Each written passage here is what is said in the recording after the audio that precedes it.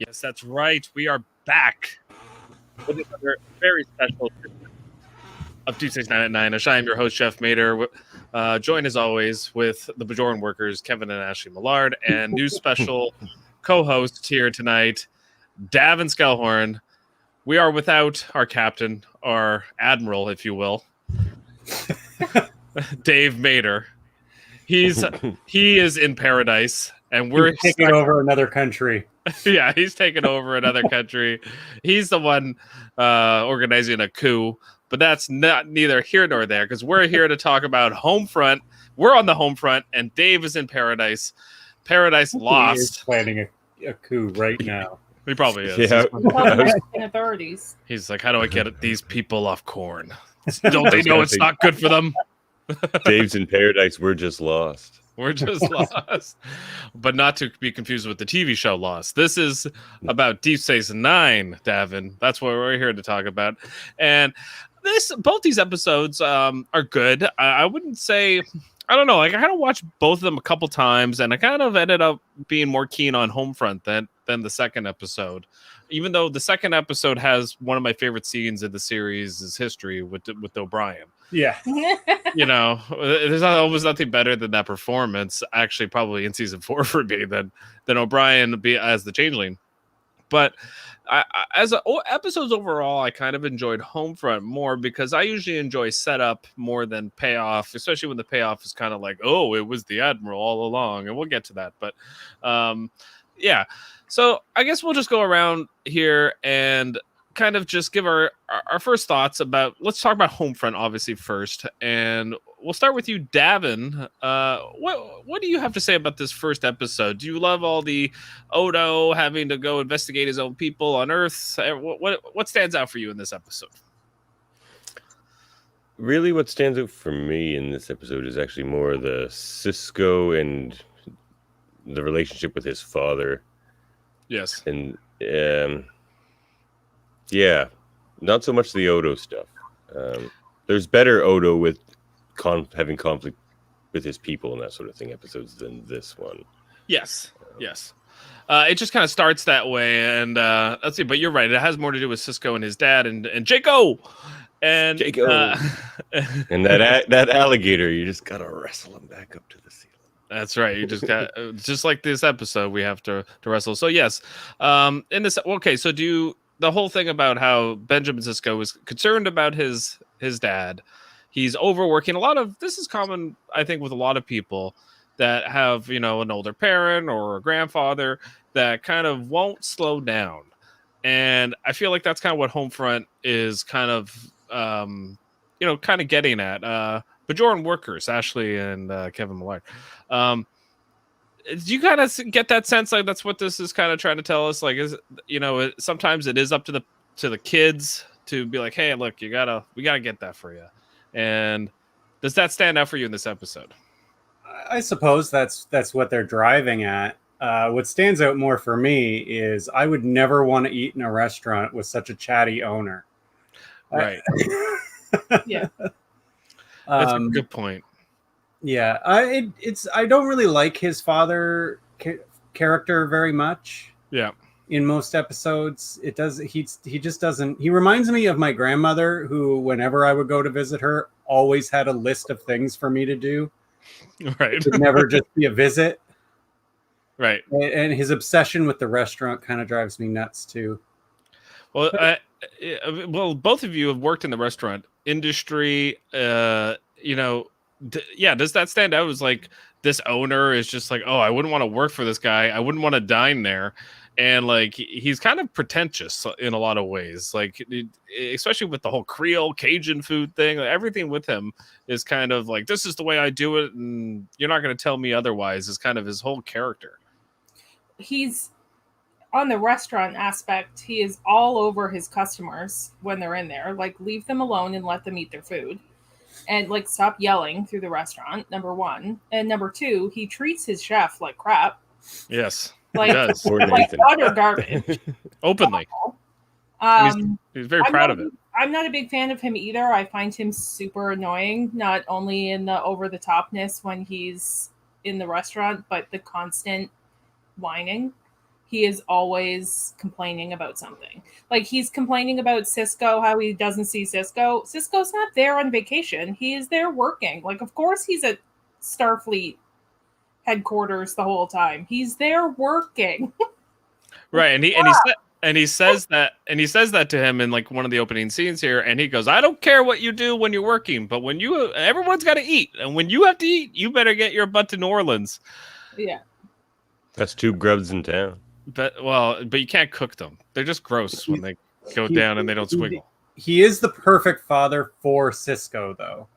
He's also very jazz. Like, he's also like a no nonsense kind of guy. Like, don't tell me what to do. I will live my life the way I want to.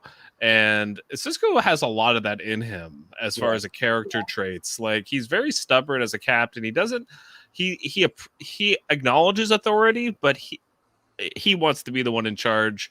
I think, I find it sometimes, like, when he's told what to do, like, when we'll find this later on once the war starts, when he's like, okay, you have to stay here on this space station and figure out how to solve this war. And he doesn't like it. Like, he does it, but he doesn't like it. And so that's the difference between him and his father. His father wouldn't do it. His father would just be like, no, I am the captain of the Defiant, and screw you. And, so he doesn't go full all the way toward like the way his dad is, but there's definitely traits there.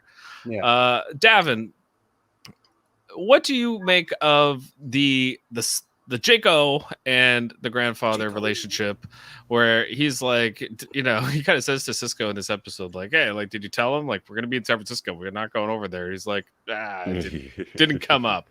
He's like, I don't want to chop vegetables for 7 days straight or whatever it is. And he's just like, you won't be chopping vegetables, you'll be waiting tables. I love that delivery from Cisco. Actually, you'll be waiting tables. Yeah. And he's just like, Jaco, you be quiet. I got a vat of crayfish and it needs cleaning in the back. Your name on it. Yeah, man. Like, which is totally. I totally agree with you guys about not wanting to eat in his restaurant. He is a little overbearing, and especially when he goes up to the one lady, he's like, "Look at this! Like, you should thank me for even looking at it." I'm just like, I would never say that to somebody in a restaurant. Yeah. But as a character, I actually really like Jake Cisco, or not Jake Cisco, Joseph Cisco. He does fit as a father for Captain Cisco, but I really like the performance as well from Brock Peters. It fits right in with a lot of what I like about a lot of the Star Trek acting, which is very stage. There's that one close up where he like grabs the wall and he's like, "If I was a really good changeling," and it was the most staged delivery of a monologue. And it just makes me smile every time. Is that in this episode or is that in the second episode? Oh, I might have jumped ahead. I think it's in the second episode. That's okay. No, that actually, I just thought that Jake and Cisco's relationship is a lot like Cisco and his father, where Jake is always sort of pushing him along, like with Cassidy and a few other things. Like, yeah, very loving, but a bit standoffish as well. Yeah. Mm-hmm. Yes. Okay. So the whole reason this whole trip happens is because Cisco and Odo have to go to Earth to figure out the fact that the changelings are infiltrating Earth, and Cisco's just the man to deal with it. And this is where he meets up with Admiral Leighton, his former commanding officer. He's going to be a through line throughout both these episodes, played by Robert Foxworth. Great name. Yeah. So, what do you guys make of this? Like, first of all, the initial meeting between these characters, they kind of go over, hey, we used to serve together on the Okinawa, and that was good times, right? And he seems to have a rapport with a lot of people. That's kind of what made him an admiral. Everyone seems to like this Admiral Leighton. Davan, what do you make of the Admiral Leighton character here? Especially on first, do you like, are you having like the inklings that he is a changeling? Do you like the fact that, do you buy this relationship? I think is kind of also what I'm trying to get at here, between Cisco and Leighton. The relationship is kind of interesting because he, upon first glance, doesn't seem like the kind of guy Cisco would maybe really take to. Mm-hmm. A little maybe too buttoned down, maybe a little too serious, maybe a little too egotistical. Like I see why Cisco takes to a guy like Bill Ross. He's more of a laid back, has a bit more sense of humor. It's interesting, but you could see that side of Cisco, I guess, especially when the war starts, where he becomes sort of that commander that everyone likes, everyone wants to follow. Yeah, well, maybe like when he first in season 1, Cisco is very much like this Leighton, like very buttoned up, very like by the book. This is the way things are done. I don't even want to be here. Leighton was actually the guy that recommended Deep Space Nine for Cisco, and so that whole idea I think kind of makes sense here. Kevin and Ashley, what are your impressions of Admiral Leighton? Well, we should always know that when a former commanding officer comes back, he's evil. He's always the villain in in the show. I think that's spot on, though. He's very intense. I don't buy that Cisco would really follow him. Like, I didn't really buy them together. I don't know if he followed him as much as like he was his like number one, if you will, but at the same time, I think he was happy to get away from him. Is what it seems like to me. Like their whole relationship seems kind of standoffish. So and I think that might have been a choice they made later. Like the way the actors kind of interacted, and like the director goes, you know what? I think you kind of have to play it like this. That was how I felt about it anyway. I don't think they were really tight. No, I think it was purely professional relationship. Yeah. Okay. Davan, do you agree with that? Yeah, I think they sort of have, now that I'm thinking about it, more of a kind of father-son relationship where Cisco went into Starfleet, they say, more on the engineering side, interested more in ship design. And it was Leighton that's more like, no, follow in my shoes sort of thing, like a father might to Cisco, which he ended up doing and going into command. But you could see where he looks up to him and admires him for that kind of maybe push, but also maybe resents him for it. Yeah, because it's not his passion, It's not what he wanted to do, but there he is. Right. And I guess the whole Homefront episode is really the story of two father figures. We have, the Joseph Cisco, and then we have the Admiral Leighton characters. And I think Cisco is caught in between the two worlds here of, his home life and then his professional life, but then also his new life that he's built on DS9 that he's brought back to Earth here in the form of Odo in a lot of ways. The whole reason he is back. So Kevin Ashley, as far as like his whole mission here, do you like this for a premise of an episode? Do you think this was like a good story, or do you think it was kind of an excuse just to kind of have an Earth episode? No, I think this was a really good episode. It has it's like a warning about overreacting to fear and right. Like it's a good episode. I don't view it as just an excuse to return to Earth. Okay. I don't either. I just thought I'd throw it out there. As far as like sometimes people view this episode that way, and I think there's some truth to that, but at the same time I also look at it as like a great philosophical commentary on even like what we're going through right now with like how we go into lockdowns and more security measures and all these different things that COVID has brought us. I think that this changeling threat is bringing this version of Earth in the 24th century. And that's what it does. It goes a long way to establish that threat that they're trying to build for this ongoing storyline. Right, it can even reach Earth. Yeah, and it goes right to the president of. And they have the whole scene where Odo is pretending to be a case of whatever he is. I don't even know what he is. It's just some sort of briefcase, and they put him on the chair, and then all of a sudden he appears in front of the president, and the president does one of those, and he's all nervous, and he's like, "All right, you're right. You know what? Admiral Leighton and Cisco are right. Whatever security measures you need, I don't want to do it because I Lock don't me want. down, save my life. Yeah, as long as I'm okay, And I actually look at this president. I know I'm jumping ahead, but I kind of look at him as a really bad president.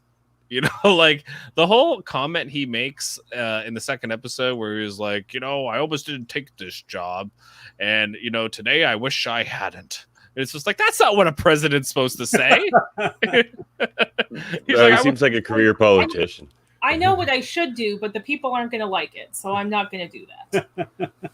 Yes, and he says that multiple times throughout both these episodes, where he's like, "Oh, I can't do that because people aren't going to like it, not because it's the right thing or the wrong thing to do.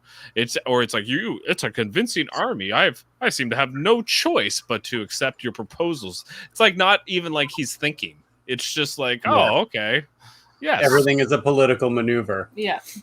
Everything, which is very apropos actually for how politicians operate, and so especially even today, and I think that's what's very clever about Star Trek DS9 is they have a great way of using metaphors and just showing you kind of like how things operate, rather than how the media would show you it operates. So more from a military point of view.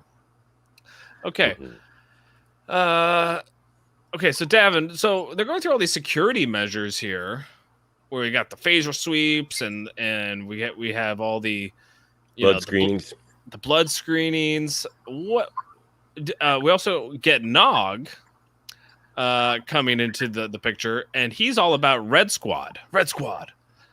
Okay, and that's gonna What do you have to say about Nog coming into this episode?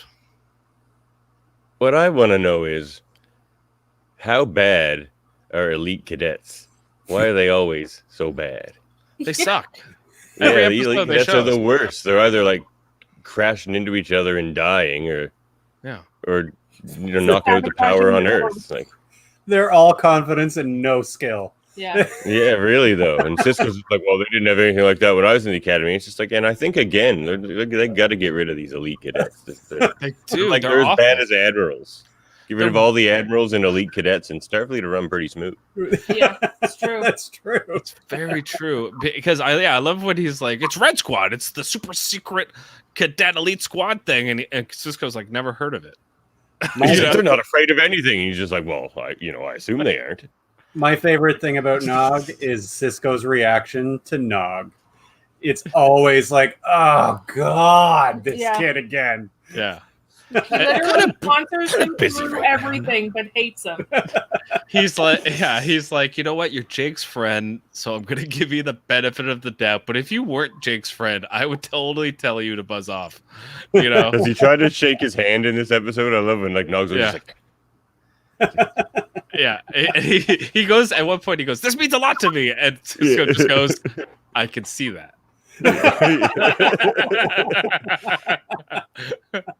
He just recommended him for Starfleet Academy to get him off the station. That was his motivation. He's like, "Oh, if I send him off to Starfleet Academy, he won't be here every day." Yeah, that'll be better. And then I don't have to deal with Quark. I like Rom. He's all right. Okay. Then we have the scene here with Cisco and his father about how his father is not taking care of himself. He hasn't been to see the doctor in 8 months. What do you guys make of this? Job. What do you make of this scene, Kevin and Ashley? Do you think Benjamin is pushing too hard, or do you think he's just being concerned, or do you think his dad's kind of being a jerk? I don't buy the medical condition that they gave him. I feel like in the 24th century, when they can regrow kidneys, they can wave a little blue light and fix his arteries. Yeah, that seems like a good point. Like, maybe why does he have to keep going to the doctor for this condition? That if they're like, oh, it was just a stroke, then they should be able to also just fix the arteries that would cause the stroke. I love that he had a stroke, and they were like, "That's just a stroke," and he's back up on his feet. So the medical has gotten well enough that within 24 hours he's back to running his restaurant. They also, I noticed, like the chef that works for him, his name is Nathan. they never give him like a line of dialogue or anything. He's just like in the background. He's like, stir that gumbo, and he's like, I got it. You know, like he I'm already stirring the gumbo. Jesus. Yeah. He's like, stir it more and stir it right. Well, he stirs it real angry that one time. He's just like bang bang. And then stirring the gumbo. Cisco calls the doctor, and the doctor tells him all about his dad's everything. There's no more patient confidentiality in the 24th century. How did the doctor just tell Cisco all of his medical information? Yeah, that's a great point, because maybe because Cisco's like a military guy or something, he was able to like hack it or figure it out or something. But He threatened to poison an entire planet to get the information. Yeah, well, he could have done something like that. I wouldn't put past him. He's like, hey, next time you eat at my father's restaurant, you never know. Something like that.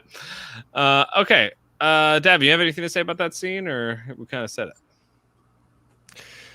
Well, the only thing I can think about as far as the condition that he has goes is I believe they did say it was kind of a degenerative arteriosclerosis or something. So Yeah. It sounded like if he did show up for his appointments, that they probably basically could fix it. It's progressive. Progressive. Right. It's progressive. So it just seems like the kind of thing that kicks back in if you just don't take your treatments. Right. Which he is a stubborn guy, and you know, and they have the whole conversation about like he's an idiot. He can't tell the difference between Cajun and Creole. He's like, yeah, but he knows medicine. Yeah, that's not in Joseph Sisko's world though. It all comes back to the food. It's pretty funny. Yeah. Okay. All right. So the next scene we have here is Odo and meeting with Leighton and I forget her name, the captain. Bentine. That's it. And they're meeting, and every time it's you know, they're always meeting in a park. It's very lush on Earth. It's always gorgeous. And so he's showing off about like, you know, he was just flying around as a seagull, and then he reappears, and then they're like, whoa, that's pretty cool, flying around as a seagull. And he's like, yeah, that is pretty cool. And they go, okay, that's pretty cool. And he's like, you know, we know you're not as good at mimicking humans. Leighton says that, and I was like, right when he said that, I was like, that's how Odo knew. Yeah, like, you know, sure. you know, that's like, you know, I think right away that he was like, oh wait, you don't know how good or not good I am at mimicking humans, you know. And so yeah, and then he grabs his arm after they kind of do some pleasantries, and that's when he kind of figures it out, that Leighton is pretending to be, well, the changeling is pretending to be Leighton in this moment. Which from now on, I would have been like, okay, Leighton, you're not, you know, you're getting screened like every 2 seconds now. Because, you know what I mean? Kevin and Ashley, what do you guys make of this scene? Do you like it? I don't know. I think he just flies away. He gets away very easily. What do you make of this? I like actually just before that when they're talking about what Odo saw, and he's like, I was flying over San Francisco. It's nice, you know, not as ancient as Bajor, but you know, nice nonetheless. Like, yeah, he's like not as cultured as my beloved Bajor, but you know what? You got a nice bridge, and old Alcatraz looks pretty cool, so that's nice. Yeah, and then Leighton, it just is as soon as he's a different character. Like he's such a dick to Odo right away. You know something is up. He's also like he's staring through his soul. Like, you know, you can really see like his gaze is different. Like, and even what was her name again? Bentine. Even she seems to know something. Like she's like, wait, what? Like, why are you being such a jerk? Yeah, exactly. And she's trying to this guy pretty well. And then later on, might be. No, it's Jeff. Uh-oh. Come back, Jeff. Oh, that would have been sweet timing. Worth a shot. That has There he is. All right. I didn't have to do anything. It just came back. Okay. Yeah. So I was just saying that later on, Bentine is the one getting the orders from Leighton to go destroy another Federation vessel. And she's like, hey, last episode, you were a changeling. Like, why am I blatantly trusting this guy? You know, it's a fair point. Okay. It's a good point So- about the seagull thing too, though. Couldn't Odo have turned into a peregrine falcon and easily have caught that seagull? You would think so, but Yeah. Yeah. oh, doesn't he say like, oh, if you ask the seagulls or something like that? Doesn't he say that too? Yeah, he's like, they wouldn't think I'm a very good seagull. Right. All right. Okay, so then we move on to the scene with they're talking about the president and saying like he would be a great president in peacetime, but in wartime, they're kind of talking about like the whole Neville Chamberlain, Winston Churchill kind of dynamic of like Neville Chamberlain was the appeaser. He went and signed the deal with Hitler, and then Hitler started taking over the world. And if we let this guy continue to run the Federation, that's what's going to happen here. We're going to be overrun by the Dominion, and we'll have no chance. And so this is where Leighton starts to really, his plan starts to come more to fruition. Of he's going to take over the Federation by imposing a martial law and taking over the Federation with a military coup. So what do you guys make of his motivations? Do you think he's right in any way, or do you think he's crazy, or do you think somewhere in the middle? We'll go to Davan. It kind of makes me wonder about Leighton's backstory. Like, we don't really get that explanation like we do with somebody like, Ben Maxwell,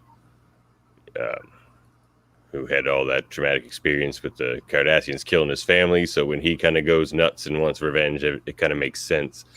But we didn't hear anything about Leighton that kind of builds towards a military coup.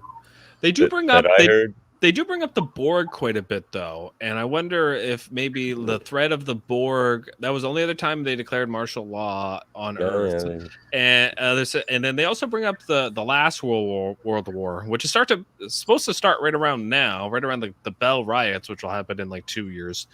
So they're kind of talking about like these are the worst case scenarios, and if we don't act preemptively, we're going to be in a worse situation. And do you guys like buy any of that, or is that kind of like just complete nonsense? I think the fear is valid, but it's just an overreaction. Right. He's letting his fear take him away and make terrible decisions where he thinks he's the only one to save everyone because he doesn't feel enough is being done. Right. So if you can't get the job done bureaucratically, take it over and do it yourself. It's basically. Yeah, and I think it shows how good people can still do terrible things in the name of righteousness, right? Like it happens all the time. Definitely does. It happens, like especially with politicians. You see a lot of that where they justify horrible acts but they seem, otherwise they have a great story and they seem moral, but they will do immoral things. Okay, so speaking of immoral things, do we agree with the fact that Cisco having to get forcing his dad to do blood screenings? Is that immoral? Does he have the right? I think he's a little pissed off that he invaded his privacy as far as the medical records. And he's like, you know what? No way, Jose. I'm not going to do your blood screenings, Cisco. And we get this, right, like Davan brought it up before, this impassioned speech from both of them, really, Benjamin and Joe, of, why won't you just do this one thing for once in your life? And then he's like, I won't. No, I love his answer. It's, I wish I could. Yeah. And then it switches at one point because like he cuts his hand and then he's like looking at the blood on the knife, and then like I love his reaction. He's like, "What the hell has gotten over you, Benjamin Cisco?" Like he really like goes over the top. I don't know. I love it. What do you guys make of this scene? Kevin and Ashley, will go to you first. I like it. This is the one place where I agree with his dad. He didn't sign up for Starfleet. He's just a citizen on Earth. There's no reason he needs to have blood screenings. If they're screening Cisco, that's fine. He's in the military. Why bother with the families? That's the mistake there. That's the overreach in that policy. And I think he's right. does that what you're just saying? Does Cisco realize that?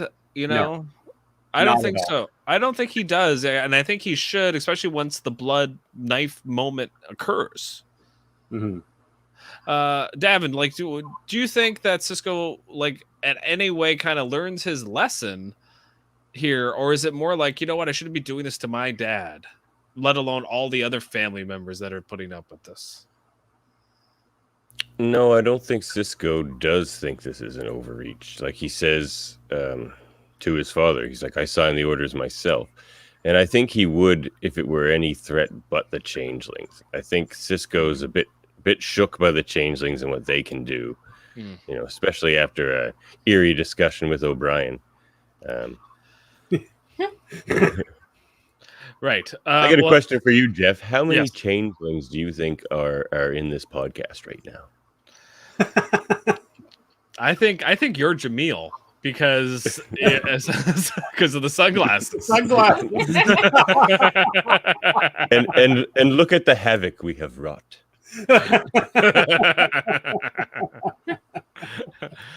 Are you finished? No, we've barely begun. If you have something to say, then say it. Oh, that's a great Cisco line. Okay. But that's it, I think. But what I do like about that whole decision that he does make about, you know, testing all the families and all that sort of thing is how he doesn't question it, and neither really does his father when he answers that, well, if we test the families of one officer, we have to test them all. Like, that just really represents kind of the fairness that the Federation is supposed to represent. And I like that how nobody really questions that aspect of it. Yeah.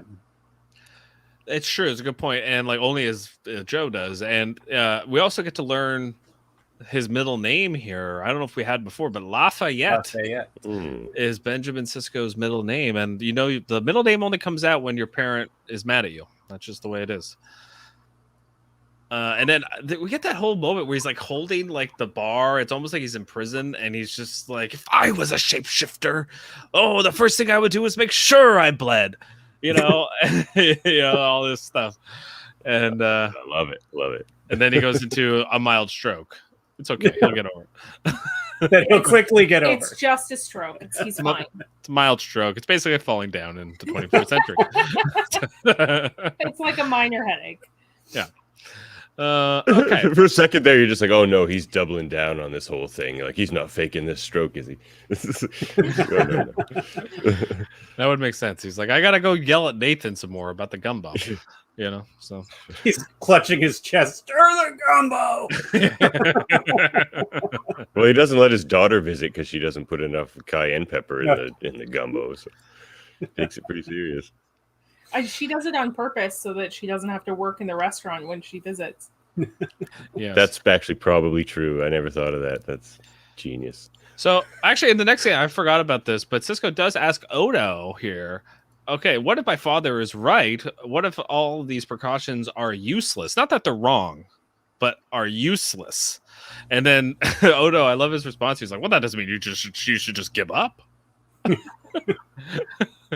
Which I No, thought he's was smart though. Joe Cisco's a smart guy. That's a very good point. He doesn't know anything about shapeshifters really, but he's just like, why wouldn't I just absorb a bunch of blood and just let it out whenever I want? It's like, seems pretty reasonable. Is that how they work, though? But he doesn't know how they work. Yeah. He says Well, I'm sure they after, could, like, you know, just like make a little bag inside themselves and keep it in there. He says after, his point is there isn't a test that can't be beaten. And that's what he says after. Yeah. And that's a good point, because I think that's true. You know, I think that eventually, with enough ingenuity and some time, I think the changelings would figure that out. Okay, so then we get this whole moment where all the power goes out on the entire Earth. Red Squad. Those darn kids. My favorite is when they open the door and ask Cisco if he's okay, and I'm just like, the lights went out. Like, what? Did you worry? You're worried he bumped into a wall? Like, why are you asking if he's okay? Sir, you okay? You okay? Mild stroke? Just a mild stroke. Okay, you're all right. Okay, so as long as As long as that was it. Okay. Oh my God, Jeff! When you just said those darn kids, that made me think of a Star Trek episode where they finally like arrest all these elite cadets for being criminal, and they unmask them, and they're just a bunch of admirals. Yeah. We would have gotten away with it if it weren't for you meddling. Exactly. Yeah. And who's Scooby Doo? That's my Odo. Oh shit. Odo. Scooby Doo metaphor. Okay. Okay, so this is the whole thing. So now we're in this situation where all the power is gone. They have to go to the president because, look, we got to declare martial law here. This is dire, because we have no ability to defend Earth, especially if like only a few Dominion ships showed up, we'd be screwed, let alone a whole fleet, which we suspect because the wormhole at the beginning of this episode was acting all weird. And, so it was opening and closing. Of course, Kira thought it was the Prophets. It wasn't, but that she doesn't know that at the time. And so, this is the whole moment where I guess the president says that line I said earlier where he's like, I didn't want to be president, but then I decided to do it. But now something tough came up and I said, well, I don't want to be president anymore. It It's kind of so feels weird. like if Leighton had just been like, "Can I be president?" Yeah. He might have been like, "Yeah, actually, you can." You want to be president? It's like this whole thing could have been averted. He could have just Now been he'd the say, president. I never sought this job. They asked me to do it. It seemed easy at the time, and now we're at war. What do I do? Great responsibility is thrust upon you. You don't seek it. He seems like a guy who just got there. Well, he said he's been in public service for like 50 or 70 years or something like that. So it seems like he's just been on like the Federation Council for 50 years. And they're like, just give it to that guy, man. Like, he never He's been in a long causes a time. stink. He seems to know what's going on. Yeah, exactly. So so instead of becoming the president, as Leighton would have made a lot more sense, he gets all the security measures handed over to Starfleet, and especially him and Cisco, who is now acting head of Starfleet security. So this whole thing that's going on here is basically a coup d'etat in motion, and Cisco and the president do not realize it yet. Whose job did he take? Who was head of I know. Starfleet? I feel like okay. I feel like Lower Decks would like make fun of that. They would have a moment where they would just have like the actual head of security go, "What a damn Cisco!" He's been in security for like 50 years, and he's like, "What the hell? Cisco's never even done security. How is he the head of security?" It's another changeling. Cisco is his Eddington. What do you mean, Javert? You betrayed your uniform. I gotta see. Dave's not here, so I have to do the soundboard for him. I'll help you. Okay, We'll get good. We'll get there. Maybe Dave's watching in Mexico right now. Who knows? Probably not. Or he's lost. Yeah, where he's lost in paradise. Okay, so now we're moving on to the next episode. It kind of ended on the cliffhanger. The last episode ended on the cliffhanger where Jake and Joe look out their windows and all of a sudden they see security beaming into the streets of New Orleans. They know stuff is real here. This is, the power's off and the security everywhere. It's not like it used to be. Earth is now paradise lost as we move into the next episode. So this is kind of like a detective episode in a lot of ways, guys. Like, this is very much like a Sherlock Holmes-y kind of like Odo's the Watson, is the Watson, and we have Cisco's kind of the Sherlock Holmes, and all he needs is a pipe. And I don't know, I do enjoy this episode. It's kind of paint by numbers as far as an investigation, like you said. Kevin, we have the old superior officer. He's obviously going to be the bad guy. It's just how we're going to get there, and they have some good moments here. Like, okay, so at the beginning, we have a scene with Cisco and Odo going over all these different things about they start talking about Red Squad, and he's like, he already knows everything about Red Squad now. He goes, they're an elite cadet squadron. Nog told me all about it. And he goes, and Odo just goes, well, that explains it.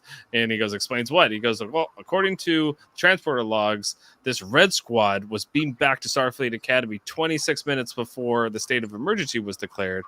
Who could be behind this power outage? Red Squad. And so Odo's kind of on the case here. Okay, we've already brought this up before, but Davan, this Red Squad. Why are they allowed to do things? I don't understand. Are they like kind of like whenever you need some sort of covert? Are they kind of like the CIA, kind of like the covert group you use? Because they're secret. Like even Nog wouldn't like give a name. Secret admirals. Yeah, see. Secret.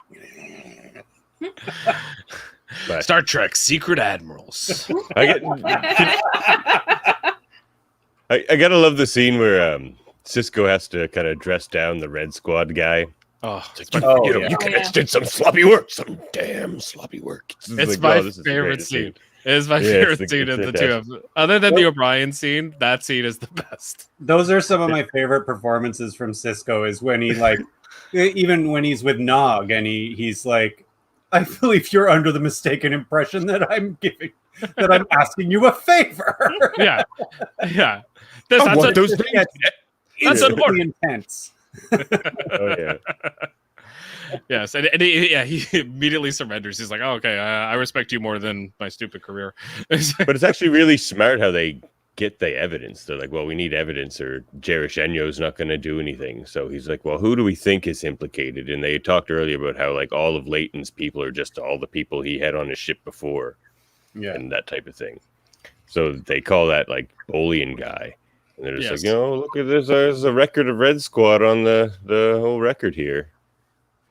Just to try to see if Buddy will incriminate himself. And of course he does. It was a smart play. Very Sherlock Holmes, like you said.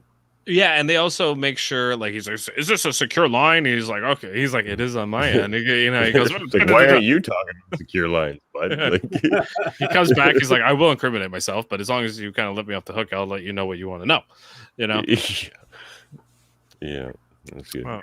Okay, so can we talk about the Red Squad scene, because the cadet scene guy, because he is like I don't know how they did this in casting, but they must have been like, who is the most smug, like just as far as like a person like has no self-awareness, is just like very proud to be incriminating himself of treason, like, and he's like, he is such a goober. He looks like a goober.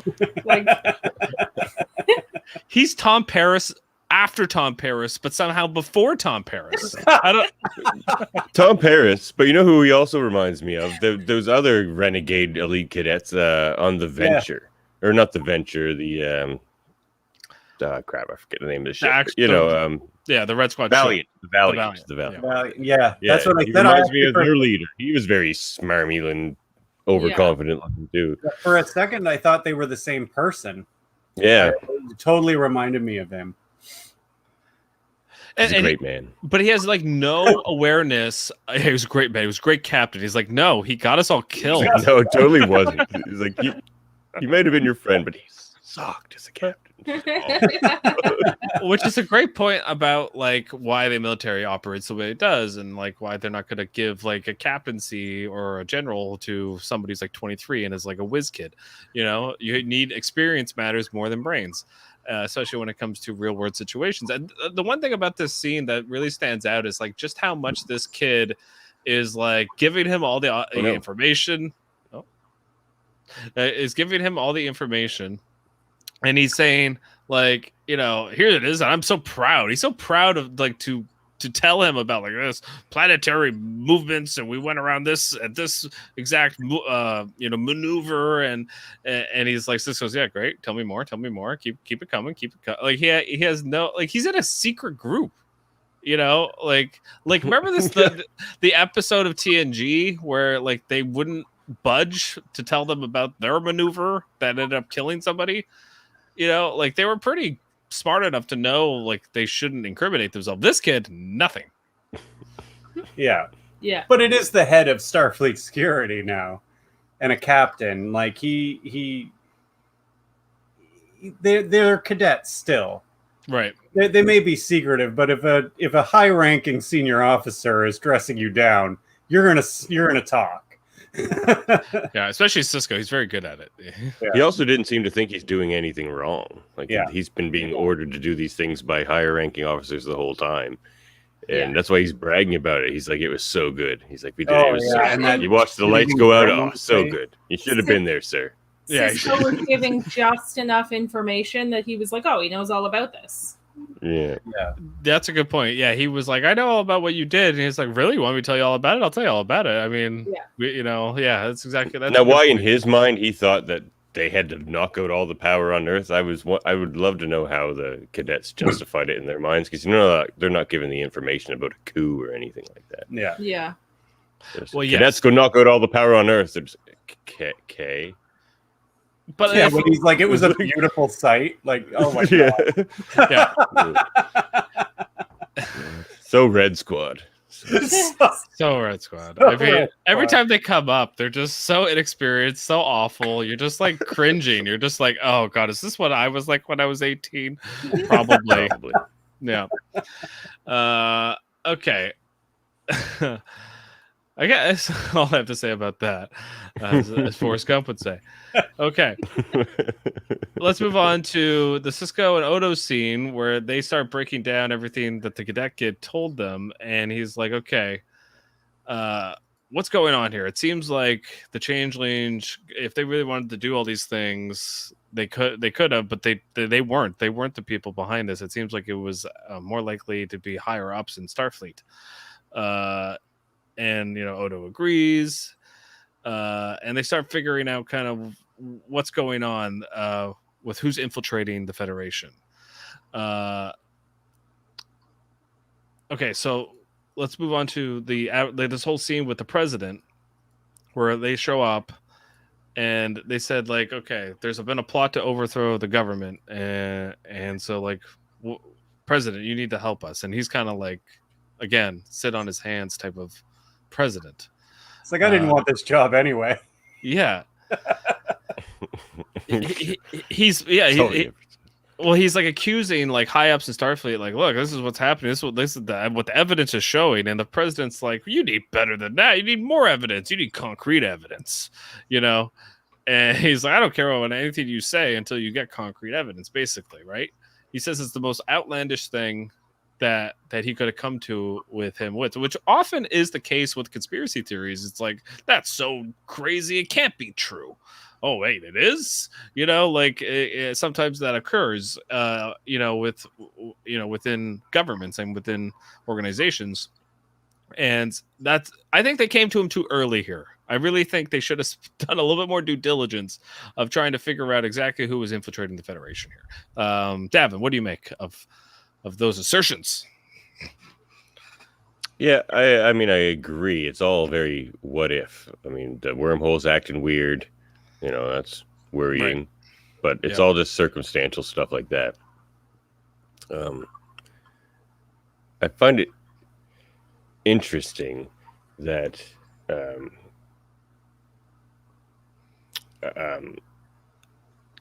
Leighton. Yeah, Leighton. His whole plan was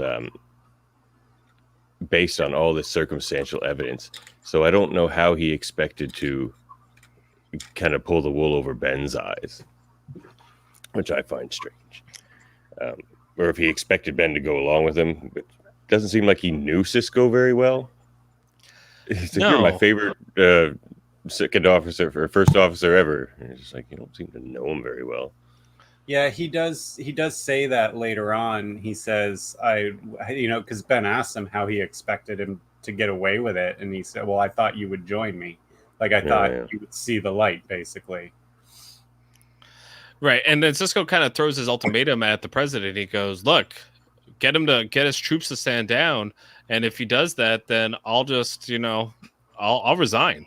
He's like, but he won't. I know I'm right about this. I know it's all circumstantial evidence, but I think this is the truth, and I think you need to follow me on this. And yeah, the president basically goes, the public overwhelmingly supports the security right now, so I don't think we can do that.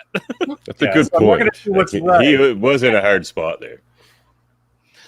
Right. And then so then like Cisco's like, I'm gonna have to get hard evidence of Leighton like sabotaging the power grid. And then even Odo kind of says, like, come on, what are you doing here? You know?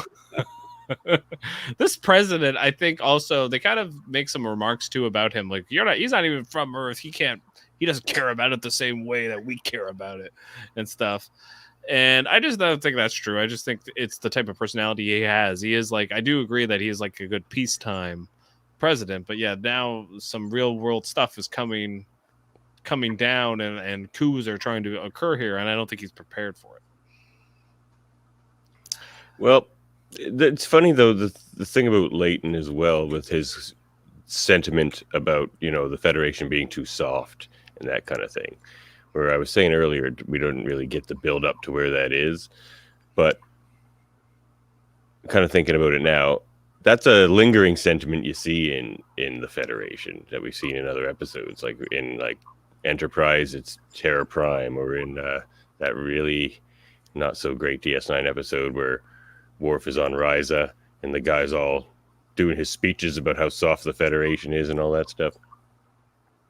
He who's without sin, that's the one. Right. So there seems to be that element within the Federation and in Starfleet that would like them to be more militant. And I guess maybe Leighton's just always been that way and kind of a part of that scene. I don't know. Right, I agree. I think this is very much so, like, almost a situation here where it's kind of like a Cold War, kind of metaphor in a lot of ways with the Dominion here. And it's like the whole idea, like the Russian agents, like the Americans TV show kind of covers as well, of infiltrators and what the Americans would do to try to like counteract that. And, all these different ideas of like trying to get ahead of espionage, basically. And really at the end of the day, like I saw a thing I was listening to yesterday about how like the Russian government or whatever with the Americans, they only spend about 15% of like their intelligence community on espionage, and the other 85% is on propaganda and trying to change minds and change your ideas about things, which is very much what's going on here in this episode. The changelings are only 4 changelings on the Earth, and they are more concerned about getting everybody against each other and getting them to buy into their fear and buy into their panic, rather than really trying to infiltrate. They want them to do it to themselves, destroy themselves, rather than having them to actually physically come over and destroy them.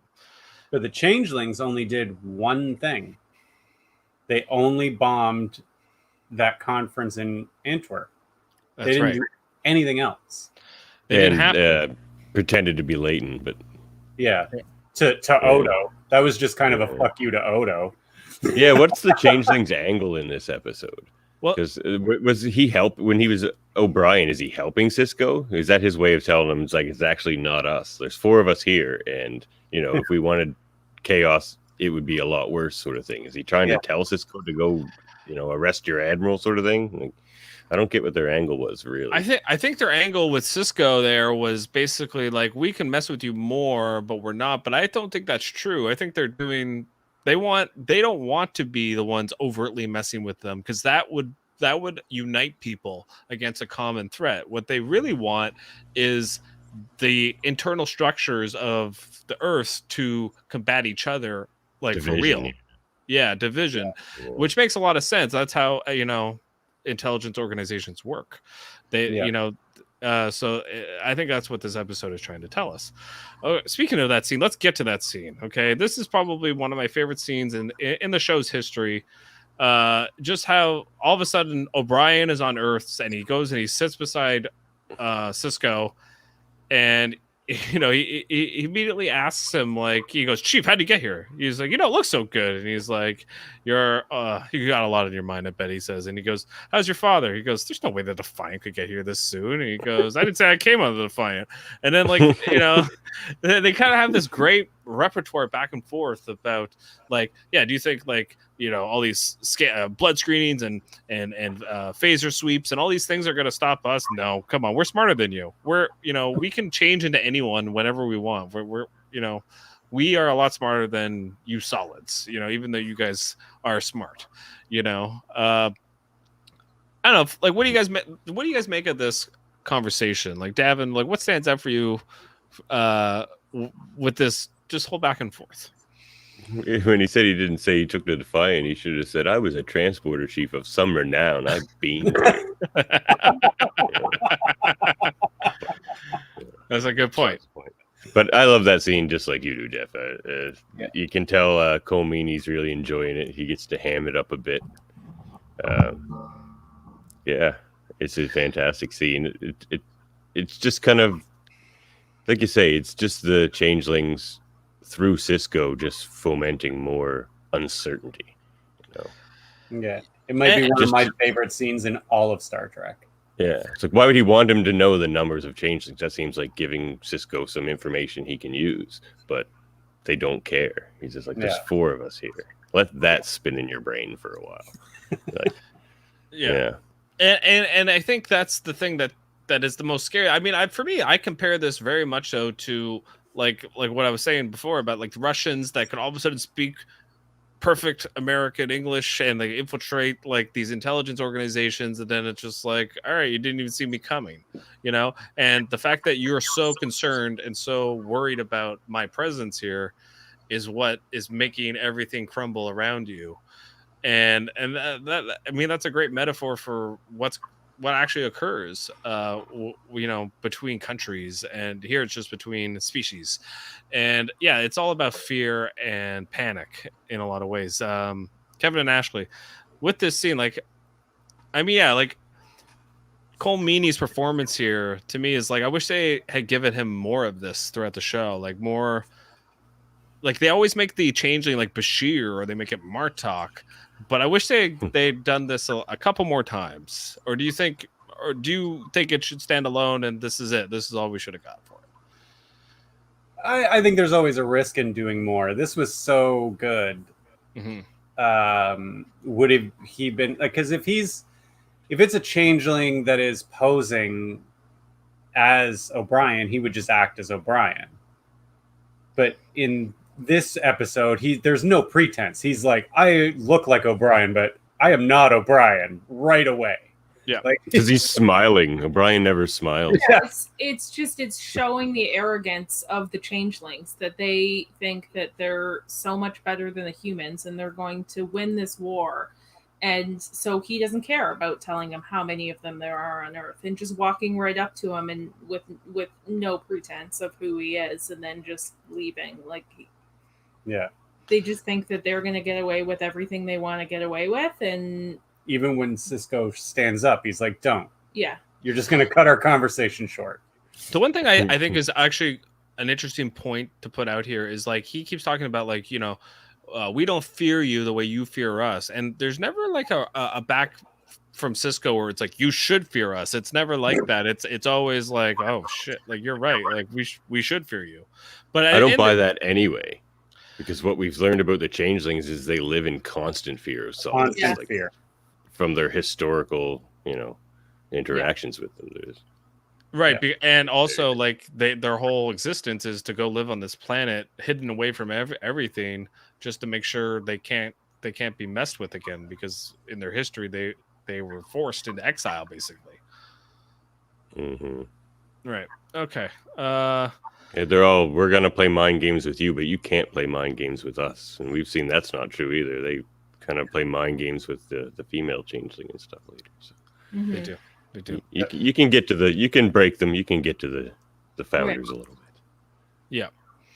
Especially because of Odo. Odo is kind of like their soft spot with, and I don't think Odo is the only one of his kind that like was shot out into the galaxy and like they need him to come back. There's some sort of a reunification that needs to occur with all of the changelings for them to be like whole again, and that's really their goal.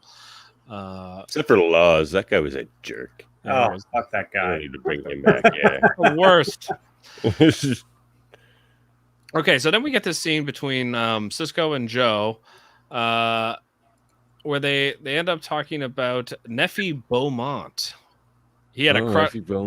Cisco had a crush on her, and he sat around for weeks, brooding and pining away, trying to sort it all out.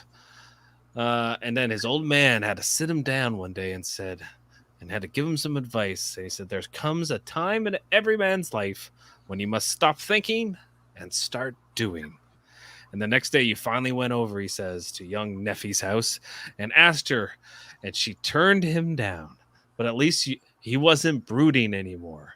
And this is an important lesson in what Cisco's going through in this episode, that he needs to stop worrying and being paranoid and stop philosophizing over the fear and the panic, and he needs to start acting, because he's like, what are you going to do? He's like, that's the question.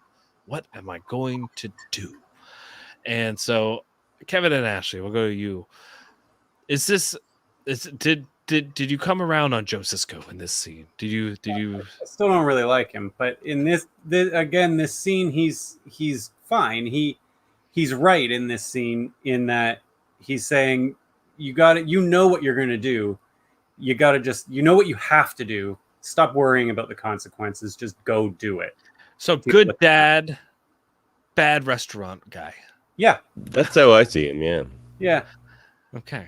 Good to go. Okay. Ashley, you have anything to say or anything to add to that? No? Yeah, sounds about right. That's about right, Davan? Yeah, it's and that shows his entrepreneurial spirit as well. He really relates the world as he sees it to his own experience. And he's just like, you want to run a restaurant, you just gotta, make your Stir the get the building, stir the gumbo. Exactly. Yeah, you can't think about the gumbo. The gumbo is not a philosophical idea. It is something that you need to yell at Nathan to do. It's like that Cisco says in that other episode: the souffle will rise, or it won't. There's not a damn thing you can do about it, so you might as well just wait. It's kind of the opposite advice. It is. Joe Cisco's got good advice. Okay. All right. So now Cisco's gonna do something about this, and so he messages Kira, and he says, "Is there any Dominion activity? He needs to know about the wormhole." And Kira says it's acting normal again, and that's when Cisco's like, like I thought. That's exactly what I thought might be the case, And so he's like, okay, I've got all my evidence, I think. And he's like, goes back to Odo, and he's like, okay, we got all these names that used to serve under Leighton. Did you catch one of the names that he used, guys, that served under Leighton? I really stood out for me when I watched the episode. Okay, they were Danica. Yes, Danica, McWatt, or Mudis and Snowden. Goddamn Star Trek, and they are too good at predicting things. I don't like it.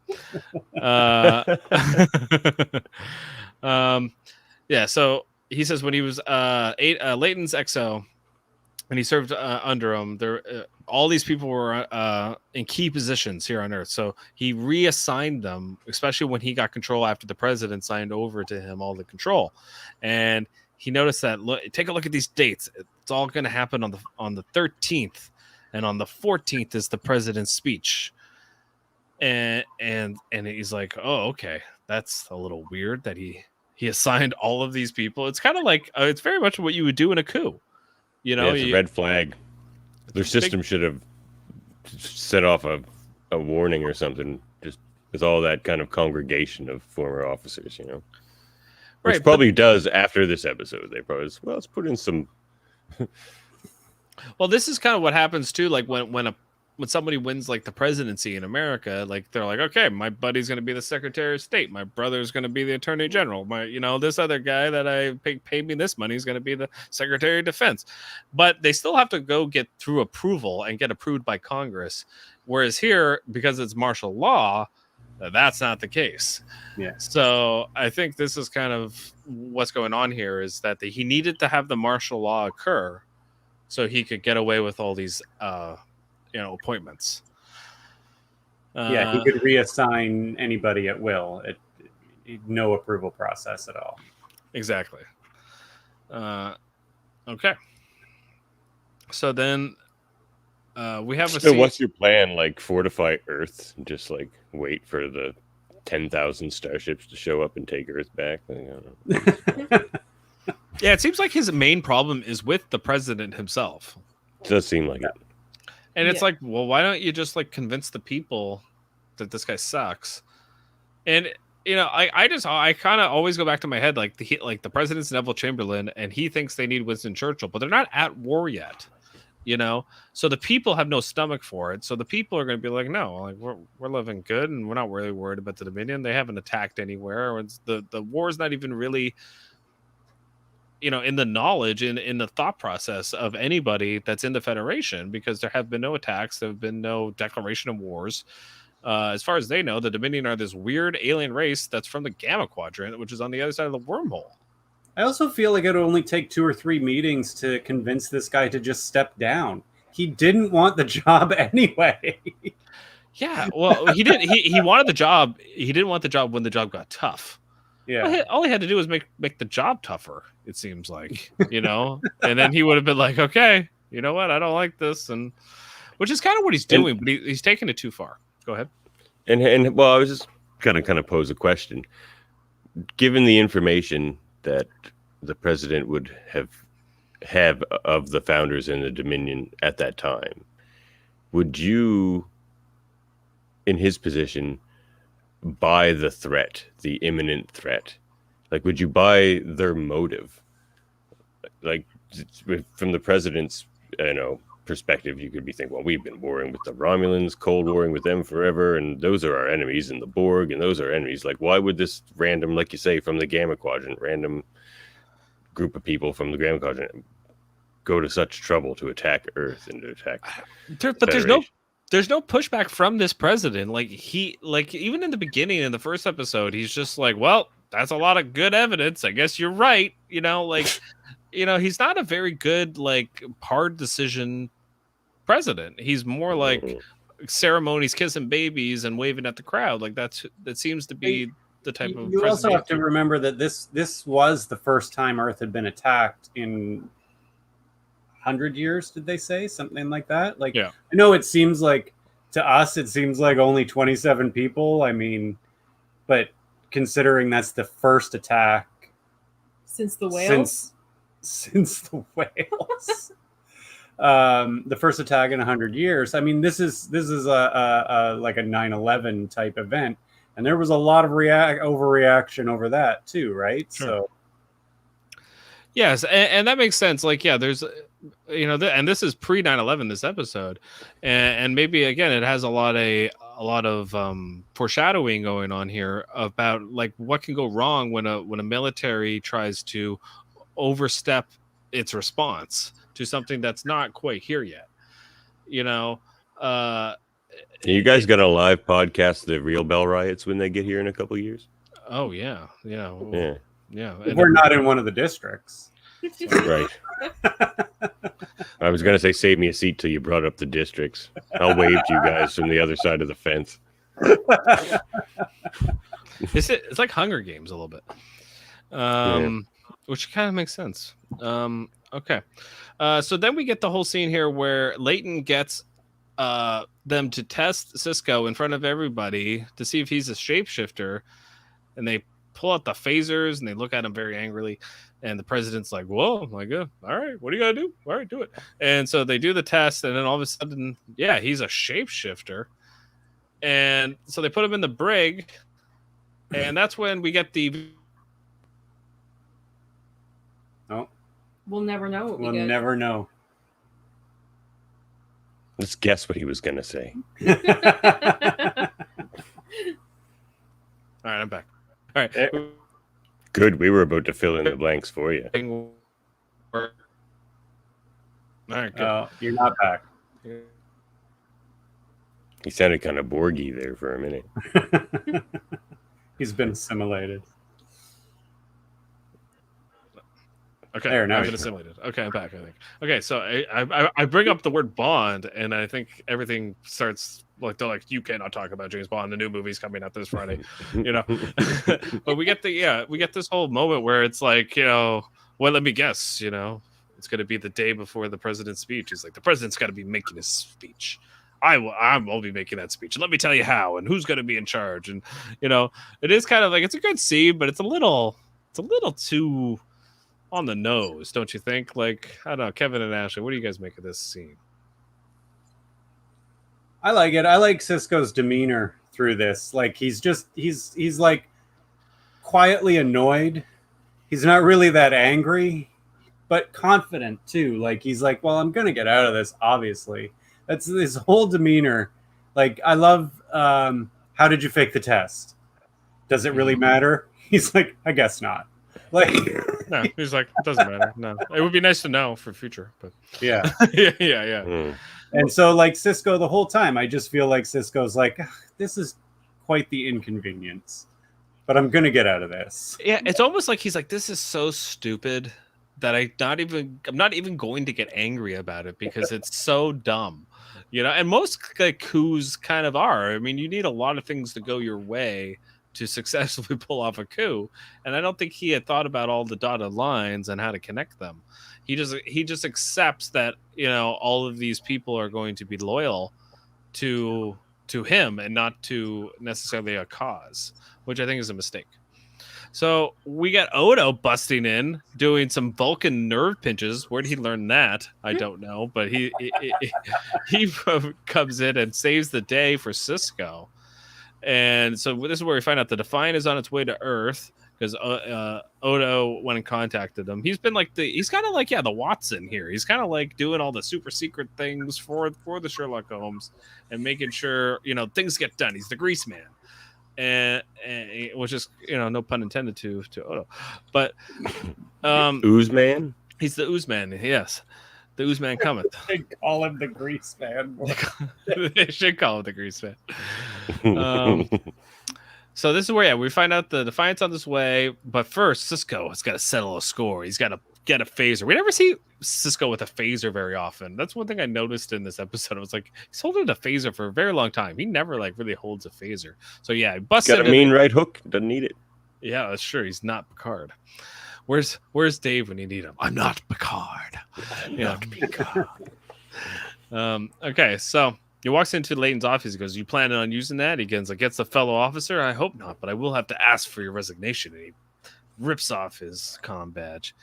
And he's like, don't be surprised if I don't leap at the opportunity to resign. I got a coup I got a coup going on here, Cisco. Don't you know? He's like, yeah, I know all about it.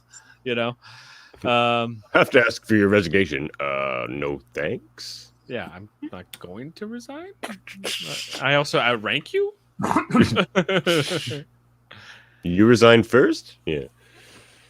So this is the very Sherlock Holmesy, like Cisco, like, this was your whole plan. You set up a thing on the other side of the wormhole so it would fluctuate. You made sure that this explosion went off, and you had all these things in place where you would use all your loyal guard to be put into these powerful positions to be loyal to you.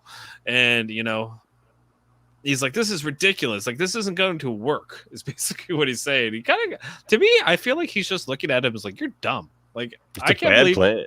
It's a bad plan. A bad plan. If you're going to do a plan like this, be smart.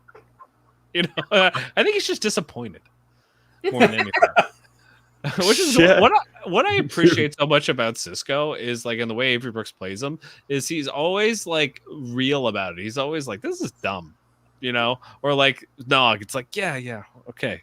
Like, he's not like, he doesn't go like, yeah, that's Nog, and I'm just here to help, and I'm gonna be like, he's very real as a person and as a character, and he's very true to that character, and that's what I like a lot about the way he plays him. And then he just kind of goes into his whole explanation. It's like, we all lose here. What you're doing is wrong. Davan, how much do you like this ending scene? Do you like the way this concludes here with Leighton? Well, yeah, it's an interesting scene because at the same time we have that sort of standoff going on with the Lakota and the Defiant. Right. which is interesting. I like when you get those two.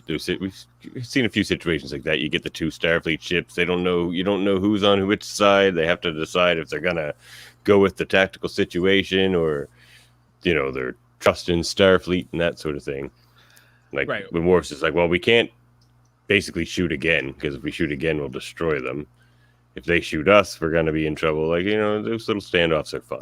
And it's sort of like the same standoff that Leighton and Cisco are having in the office. It's sort of like the two standoffs. As the first episode was the tale of two father figures, this might be the story of two standoffs. You're right. Because, we have the standoff with the ships and the standoff with the individual people. But we also get this whole idea of the Pandora's box. We've opened up the Pandora's box. And it's kind of like, I guess you could compare it a lot to like the Cuban Missile Crisis in some ways, because like there's the whole story with the Cuban Missile Crisis where there was a Russian sub where one man wouldn't pull the key. Like they had two people that had to pull the key, and one man wouldn't do it to fire the nuclear missile, and that kind of like basically saved humanity. And I think I kind of feel the same way here with what's going on between the two Federation ships. That if they, if one blew up, it might have been, especially if the Defiant had been blown up.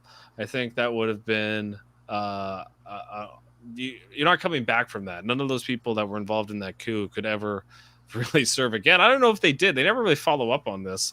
But like Bentine, do you think she kept her ship here? Yeah, I think she keeps the Lakota. I think she probably does. She sided with Worf, in the end. She did side with. I don't buy. She didn't seem to be trying to do anything shady. She thought Leighton was just trying to, get security where it needed to be. She was also under the pretense that the Defiant was being run by shapeshifters because Leighton was willing to. He was very Machiavellian. He was willing to do end justifies the means. He was willing to do whatever it took to make sure the president here was no longer in power. Kevin and Ashley. Do you like this whole standoff? It does kind of go on for a bit here, but I do enjoy it. Do you like it? I do. I like. I don't buy that the Lakota is going to be able to stand up against the Defiant. I mean, they sent the Defiant to defend against the Dominion. One ship. That's got to be a good fucking ship. They didn't send the Lakota. I think they're really lucky that Worf's brother wasn't on the Lakota because that ship would have been fucking destroyed. If Worf wanted to go after that ship, not a chance. They wouldn't have had a chance at all. Who, the Lakota? Yeah. Why do you say that? Because the Defiant is it's a warship. It's the Federation's only warship. It was built to fight against the Borg. Yeah. And this is the Lakota. It's an old Excelsior class ship, like what Sulu was captaining. Yeah. When he's drinking his coffee and exactly. That's how old the Lakota is. And with a brand new captain. Yeah. Right. And I actually do kind of like you guys were talking about the two stories, but it's also a story of two proteges, the Bentine and Worf. Yes, that's a good point because Bentine is Leighton's protege and Worf is Cisco's protege, and neither one are quite close. I feel like to their mentor enough. They're kind of like, you know what? Yeah, I know him, and I want to do the right thing, but I haven't really gotten to know the person yet to kind of be able to tell them no, which is also brought up in another scene, I believe, in this episode where it's like, it's Leighton and Cisco talking about like, you spoke your mind, and that's what a good person does. But when you're told to shut up and do as you're told, you have to do that. Is kind of how Leighton's philosophy is, and Cisco doesn't really abide by that unless he's in charge. Then he does. But you know what I mean? Like it's always like when I'm in charge, I'm right. But sometimes I think, do we have a moment in this show where Kira or Worf challenges Cisco and he stands down? Because I can't really think of one. There's the one where they should have done it when they poison the planet. And Worf just goes, okay, I think there's times when Dax challenges him and he backs down. Right, but Dax is like the third in command in a lot of ways. She wears green, you know, like True. she's That's who he accepts counsel from. man, that's kind of silly, you know, in a lot of ways because you know, that's true about Cisco. He doesn't really have a CO that like is willing to tell him no. Well, the first couple seasons, Kira tells him no and yells at him a lot, actually. But That's true. O'Brien's shitty to him that one time about the coffee. Do you know who actually kind of tells him off quite a few times? Is Bashir. Yeah. And it's always awesome when Bashir does. I'm like, yeah, where is this Kira? Where is this Worf? You know, why? Doctor characters do that because their interests conflict with the rest of the ship sometimes. Right, like McCoy definitely does that with Kirk. Crusher, like the least amount of all, like, you know, she's just kind of like, you know what, I'm running. They didn't write a lot of good stuff for her. No, they didn't. No. It sucks. But. It does suck. But yeah, so okay, so we have this whole battle. Yeah, you're right. The Defiant kind of makes mincemeat out of the Lakota.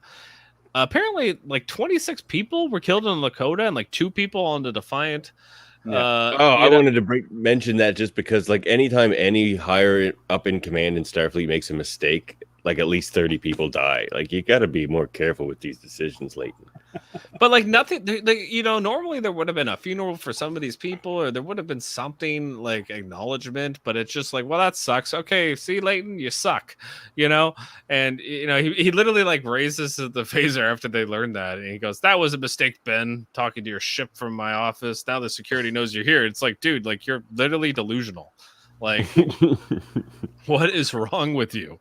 Remember a minute ago when I told you Odo was talking to the president and he had evidence? Yeah. And then that's when we finally see Leighton kind of freak out. He's like, "It's not over," you know. It's not over. And that's when he does the double pip removal onto the desk. Very dramatic. The classic Admiral move. Yeah, the Admiral move. That's a good point. Yeah, there's always admirals too, like that always shame themselves. And then even like in the movies, you have like Cisco and Spock. They all get shamed. They're like, "We don't want to be admirals. We want to be captains." You know, we don't want to turn evil. Yeah. Which is, I think, why we see a counselor on every ship is like they're still trying to figure out how to deal with like lingering trauma and things like that in the Star Trek future. Just to stop the admirals going bad. Well, it's true because if you look at every captain, they all have gone through trauma. Kirk with the Klingons, you have Picard with the Borg, you have Cisco with the Changelings and with the Borg, and you have who cares about Janeway? I mean, I guess the caretakers. I don't know what to say about Janeway when it comes to trauma. I guess the Borg too later, but like. I'll tell you what. Where Janeway's trauma comes from is during her early pre-Voyager stuff, which we get into in an episode of Locutors of Trek. But it's a long story. But let's just say she loses everybody in her life, basically. Yeah. Like, oh, okay. Her father and her husband. The 3 of them were doing an experiment. They crash into the ice. Her husband and father. Right. Died. Like, that's right. But they don't like. Do they explore it on the show in Voyager a little bit, but not a lot, right? Yeah, Tuvok mentions it, but that's about it. Yeah, they really should have done like a flashback episode, you know, and shown us more about Janeway, because I think there is a lot of repetition when it comes to Janeway as a captain. Okay, I think we are about ready to get into some fun facts now. Okay, sorry. Look at I'm going through this. Fun facts with Jody. That's not it. Okay, here we go. Double left with Jeff.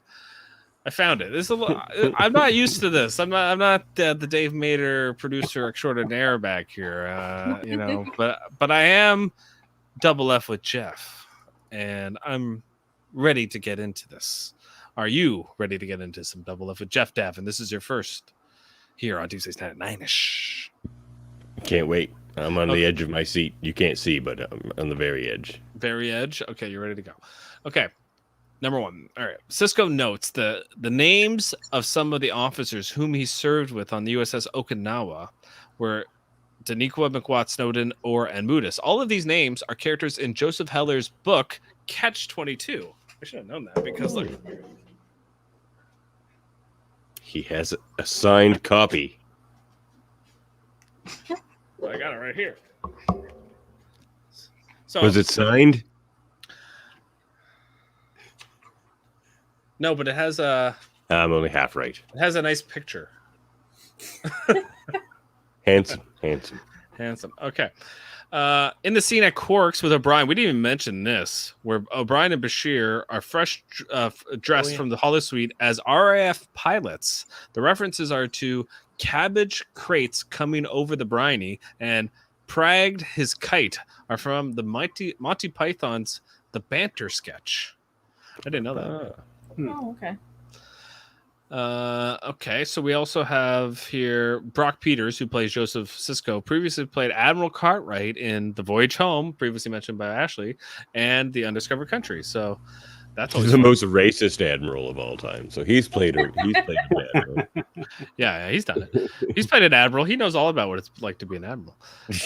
Okay, the Borg incident is mentioned in this episode, and it refers to the first invasion of Earth by the Borg, which was shown in The Best of Both Worlds. Robert Foxworth, who plays Admiral Leighton, also played Admiral Velas in Enterprise, The Forge, Awakening, and Kirshara, if you guys remember. He played a Vulcan. Oh, yeah, that's right. Yeah, he plays the really grumpy Vulcan, the really xenophobic one. Yeah, interesting. The view of the Eiffel Tower from the president's window indicates that the Federation president's office is still located in Paris in 2372. This had been established in the Undiscovered Country, which took place 79 years prior to this episode.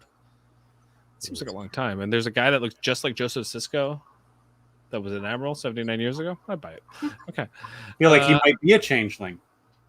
I think, all right, this episode really set us up to make us believe he was a changeling, and maybe he was. And, you know, Sisko's whole birth is very mysterious, and we'll learn about that in season 7. Okay, during the scene when first officers are watching a recording from Earth, 6 flags are seen in the background. The flag on the right, blue, black, and white, is a national flag of Estonia. Why? Nobody knows. It's what they had. Because representation matters, Jeff. I think it's just because it looks like the Federation. It's blue, black, white. And yeah. Okay. The TNG style uniform can be seen again in this episode. Dave would be remiss if I didn't bring this up. When Sisko returns to Earth, when he and Starfleet Command are wearing them, this is the first time up to this point that a main character reverts to their former uniform. Examples of other use is when Thomas Riker impersonates William Riker and when Worf joined the station. This adds to confusion throughout the series up to this episode with the use of the TNG and DS9/Voyager style uniforms. In theory, if a change was made in the style of uniforms, that could be a time period allowed for the change, such as it could be explained in generations. Although in actuality, it is thought that there were not enough uniforms for all the actors to wear the same style, as the movie was filmed at the same time as DS9. However, Worf joined the station after the Enterprise was destroyed in Generations and cast doubt on that theory. One possible theory of the differences in uniforms could be to set officers apart depending on the environment they were assigned to, i.e. starships in command, TNG, and space stations.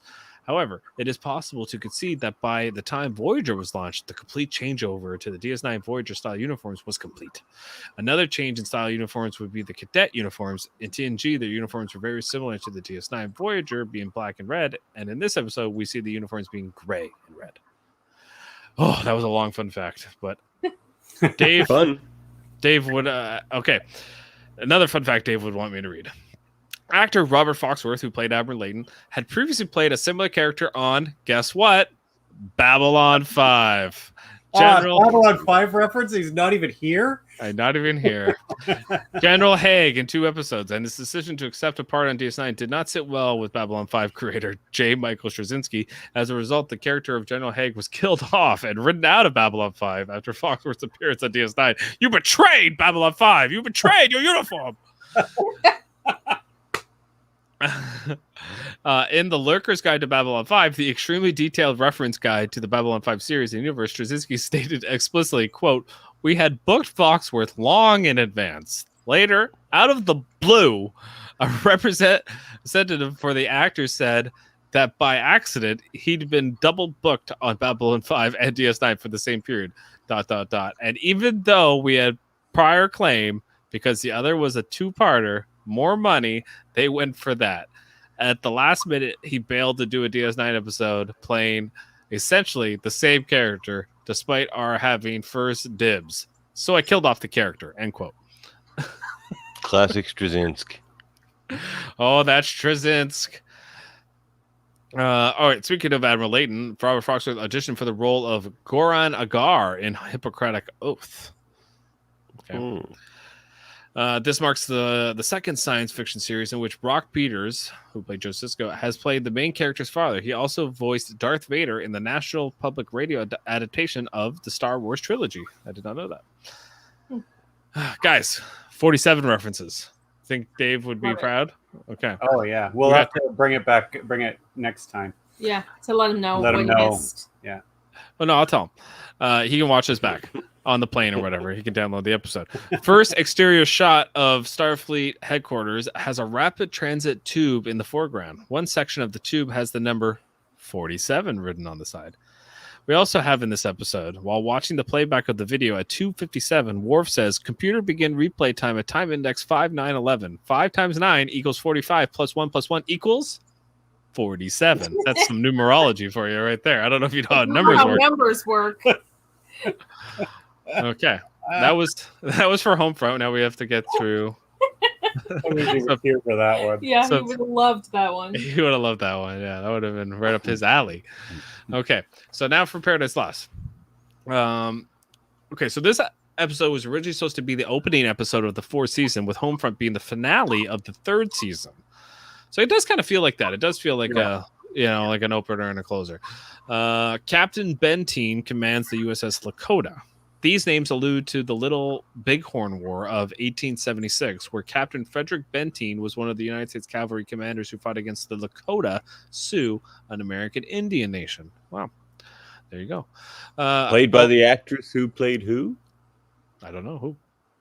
She played Leah Brahms, Geordie's crush. Right. Oh my god. That's true. That's good. That's a good one. That's a fun fact. That's a detail discovered by Davan. You've replaced Geordie's not the only one with a Leah Brahms obsession. Leah? I'm not detecting any Leah.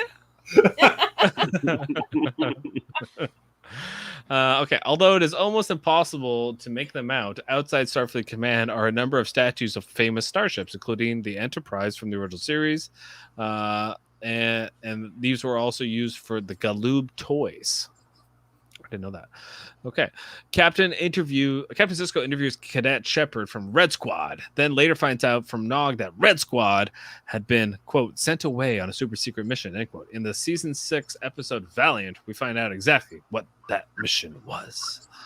It was a suicide mission. That's what it was. Okay. Susan Gibney, who plays Erica Benteen, previously played Leah Brahms. Yes, Booby Traps, whoops. Galaxy Child. No, that's okay. So we read them no matter what. And it's very interesting that you knew that. She was also considered for the role of Catherine Janeway on Voyager. Wow. She almost was Janeway. Okay. The names of the former Lakota officers, Cisco, reads from the manifest, are all named after characters from Catch-22. Okay, we already read that one. The USS Lakota was portrayed by the original Excelsior class studio model, which had been modified to portray the Enterprise B in Generations. This is the only time the refit configuration of the Excelsior class with the flared secondary hull and larger impulse engines appears in DS9. Oh, larger impulse engines. It definitely stood a chance against the Defiant then. Well, I mean, well, they had to get some shots in first, right? That was the only way. The Defiant was like, Yeah. "Oh, what? You're gonna punch us 3-5 times? Okay, now we're gonna try. We have to fight," as Worf says famously in this episode.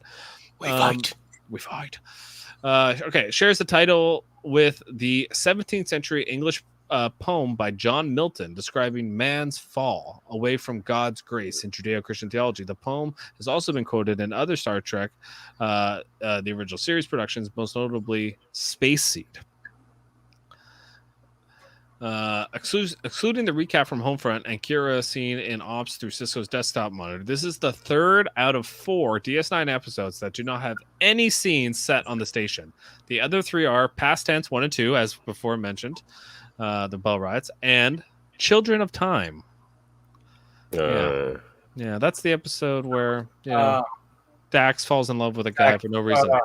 That might be one of the Oh, worst oh, of yeah. all. No, that's Meridian. That's Meridian. Oh, is that Yeah, Meridian? that's Meridian. Yeah, Children of Times where like they find like the little Klingons and they Oh. pretend to be Klingons in the That's woods. right. and, It's like the same episode. like Molly O'Brien or whatever. Yes.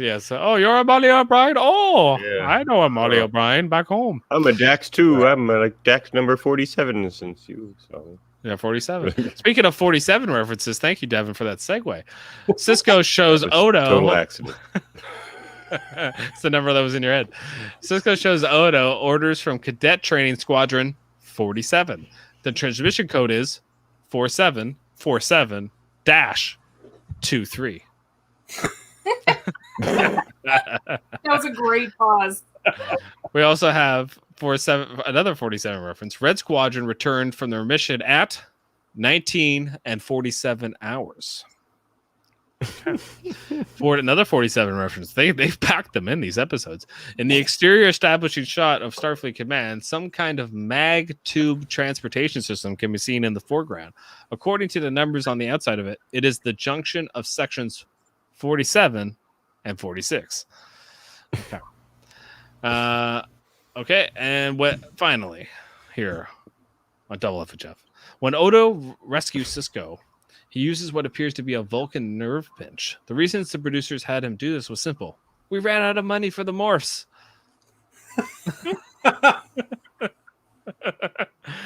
Okay, and that's it. We should do some ratings. I don't have Dave's Excel, but let's just say our ratings, and then Dave can look at it later, and then he can do it. Okay, so for Homefront, we'll start with you, Davin. What do you rate Homefront? 9. Okay. Kevin, what do you rate? 10. Okay. And Ashley? 8.5. I will give it an 8.7. Okay. For Paradise Lost, what do you rate Paradise Lost? Davin? 8.5. Okay. Kevin? Also a 10. Okay. Ashley? 9. I'm going to give an 8.8 to Paradise Lost. Okay, and I think that's about it, guys. We do have some other things to plug, though. Davin, you have Locutors of Trek. Let's bring up our graphic. There it is, right there. What do you talk We about do on graphics manually on Locutors of Trek. What do you talk about on Locutors of Trek? We locute about Star Trek, generally. Usually kind of thematic episodes. So we pick a theme, economics, cybernetics, communication, could be anything. We'll shine that through the lens of Star Trek and laugh, cry, all those good things. You could say it's a philosophical kind of maybe dissection of certain different topics of Star Trek. Yeah, that's definitely what we're trying to do here. Okay, cool. Kevin, Ashley, you got anything to plug? No. Okay, great. Locutors of Trek. They also plug Locutors of Trek. I'll take their time. We also have our sister podcast network here over at Live Long and Podcast. We have Super Beta Bros Podcasting, where we cover reality TV and everything non-Star Trek, as Dave would like to say. This is where we cover Marvel, and we cover different shows like The Serpent, and we do Survivor and Big Brother. Speaking of which, Survivor, we have an episode coming up tomorrow night, where we'll be covering the 3rd episode of the new season of Survivor, 41, where Jeff Probst is kind of weird. I don't know what happened to him, but he's different. And so tune in for that. We break down, Jaemeel Robinson joins us on those ones. And, we break down everything that goes, that Survivor has to offer. And then what else do we have? I don't even know what else we cover. Thursday night is Lower Decks. Thursday night is Lower Decks. Davin joins us for that one.